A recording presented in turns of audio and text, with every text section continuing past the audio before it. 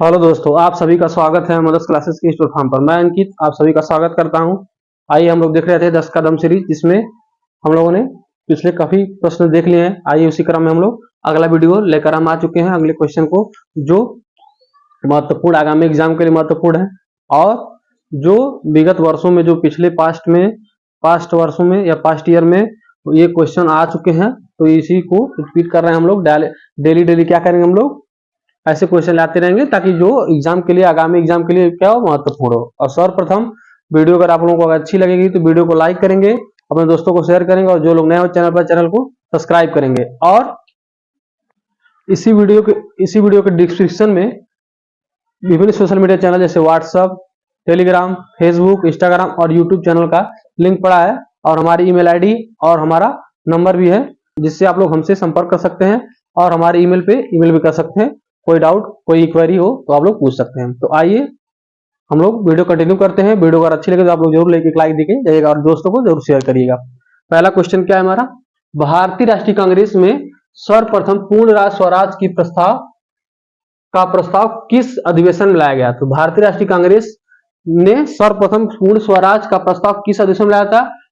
तो लाहौर, किस अधिवेशन में? लाहौर अधिवेशन में क्या हुआ था कि भारतीय राष्ट्रीय कांग्रेस ने पूर्ण स्वराज का प्रस्ताव लाया था। अब लाहौर अधिवेशन कब हुआ था? तो 1929 में हुआ था, और इसके अध्यक्ष कौन थे? पंडित जवाहरलाल नेहरू। तो आप लोग ध्यान रखेंगे, लाहौर अधिवेशन में क्या हुआ था? पूर्ण स्वराज। तो जैसा कि हमने देखा कि पहला क्वेश्चन क्या था, भारतीय राष्ट्रीय कांग्रेस में सर्वप्रथम पूर्ण स्वराज का प्रस्ताव किस अधिवेशन में लाया गया था? तो किस अधिवेशन में? लाहौर अधिवेशन 1929 में हुआ था, और इसके अध्यक्ष कौन थे इस अधिवेशन के? पंडित जवाहरलाल नेहरू जी थे, जो भारत के प्रथम प्रधानमंत्री बनते हैं आगे चल के। अगला क्वेश्चन क्या है, भारत की सर्वोच्च वित्तीय संस्था कौन सी है? अच्छा, इससे पहले अगर थोड़ा हम देख ले भारतीय राष्ट्रीय कांग्रेस के बारे में, तो भारतीय राष्ट्रीय कांग्रेस का स्थापना जो होता है 1885 में होता है। इसके प्रथम अध्यक्ष जो रहते हैं कौन है? डब्ल्यू.सी. बनर्जी। कौन है? व्योमेश चंद्र बनर्जी क्या है? भारतीय राष्ट्रीय कांग्रेस के प्रथम अध्यक्ष रहे थे। और गांधी जी केवल एक अधिवेशन में भाग लिए हैं, भी आप लोग ध्यान रखेंगे, केवल एक अधिवेशन की अध्यक्षता की है, तो आप लोग ध्यान रखेंगे। और वो भी कौन सा? बेलगाम की अधिवेशन का उन्होंने केवल अध्यक्षता किए थे गांधी जी, महात्मा गांधी जी। अगला देखा जाए, दूसरा नंबर प्रश्न, तो भारत की सर्वोच्च वित्तीय संस्था कौन सी है? तो भारत की जो सर्वोच्च वित्तीय संस्था है वो है आरबीआई। कौन है? भारत की सर्वोच्च वित्तीय संस्था कौन सी है? तो आरबीआई। कौन सी है सर्वोच्च संस्था? आरबीआई। आरबीआई क्या है? Reserve bank of India. भारतीय रिजर्व बैंक ऑफ इंडिया क्या है? इसका फुल फॉर्म है। और ये आरबीआई क्या है? भारत की सर्वोच्च वित्तीय संस्था है। आरबीआई की स्थापना जो होता है 1935 में होता है, ये आप लोग ध्यान रखेंगे, ठीक है। अगला आता है तीसरा नंबर प्रश्न पर, तो राष्ट्रीय शिक्षा दिवस कब मनाया जाता है? तो राष्ट्रीय शिक्षा दिवस जो मनाया जाता है 11 नवंबर को। कब मनाया जाता है? 11 नवंबर को राष्ट्रीय शिक्षा दिवस मनाया जाता है, आप लोग ध्यान रखेंगे।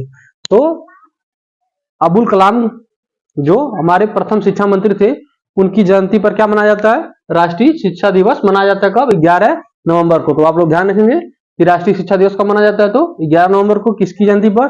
अब्दुल कलाम जो भारत के प्रथम शिक्षा मंत्री थे, उनकी जयंती पर मनाया जाता है। अगला है, बडागा जनजाति किस राज्य में निवास करते हैं? तो बडागा जनजाति जो है किस राज्य में निवास करती है? तो तमिलनाडु में। किसमें?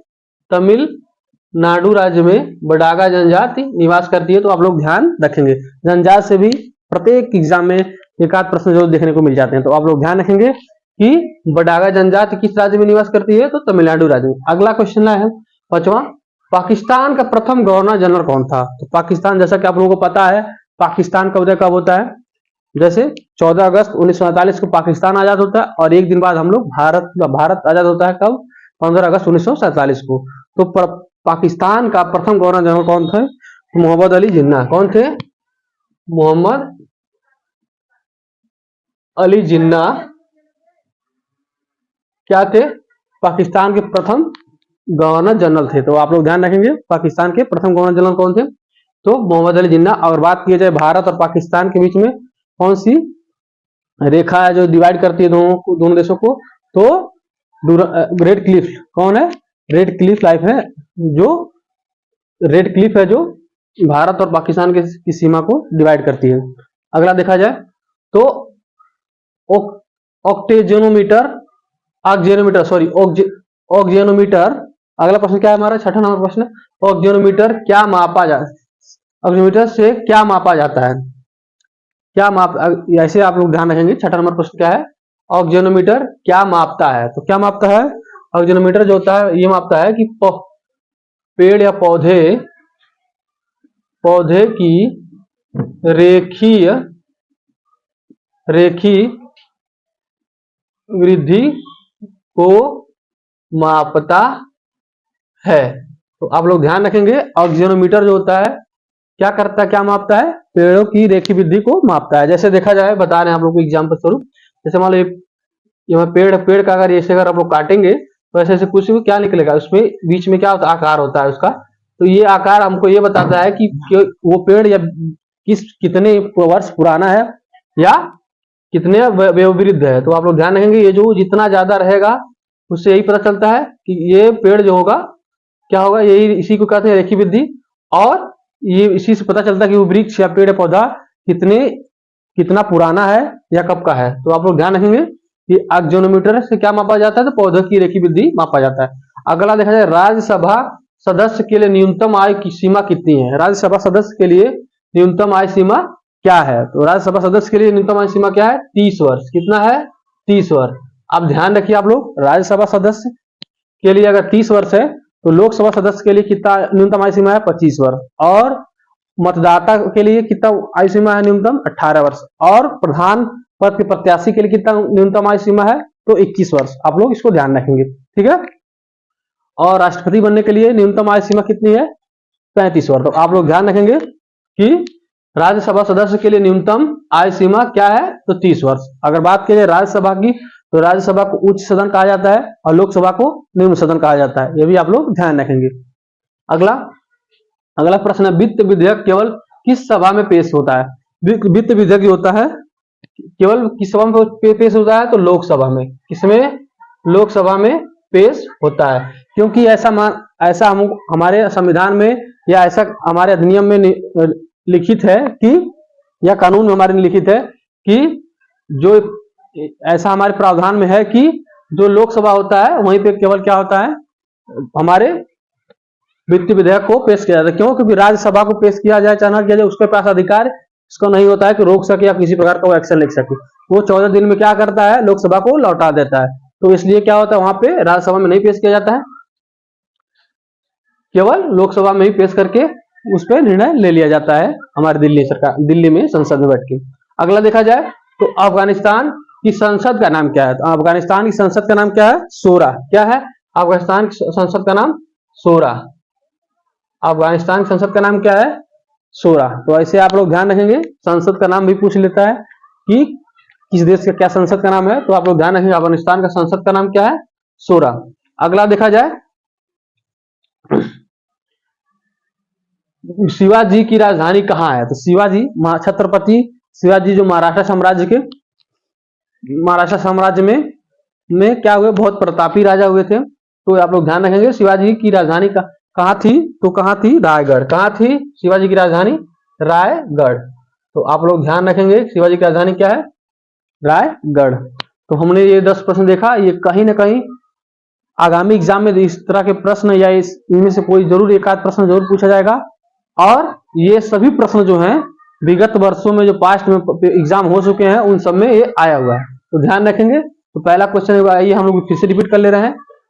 तो पहला क्वेश्चन क्या है, भारतीय राष्ट्रीय कांग्रेस ने सर्वप्रथम पूर्ण स्वराज का प्रस्ताव किस अधिवेशन में लाया था। तो लाहौर अधिवेशन 1929 में लाया था।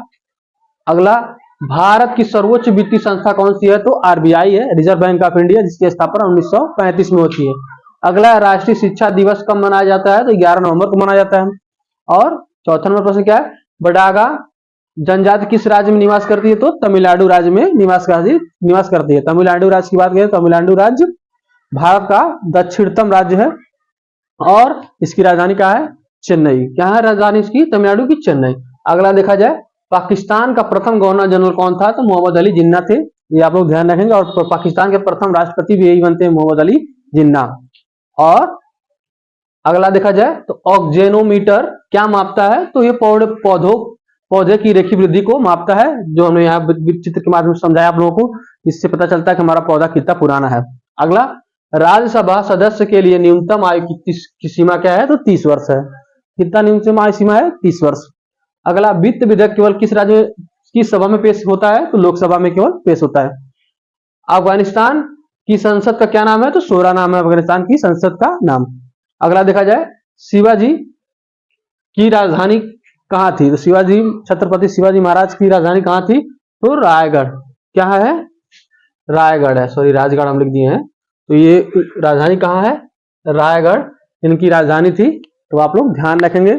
इस तरह से हमारा वीडियो कंप्लीट होता है। वीडियो अगर आप लोगों को अच्छी लगे तो वीडियो को लाइक करेंगे और अपने दोस्तों को शेयर करेंगे, और जो लोग नए हो चैनल पर चैनल को सब्सक्राइब कर लेंगे। मिलते हैं किसी और नेक्स्ट वीडियो में, तब तक के लिए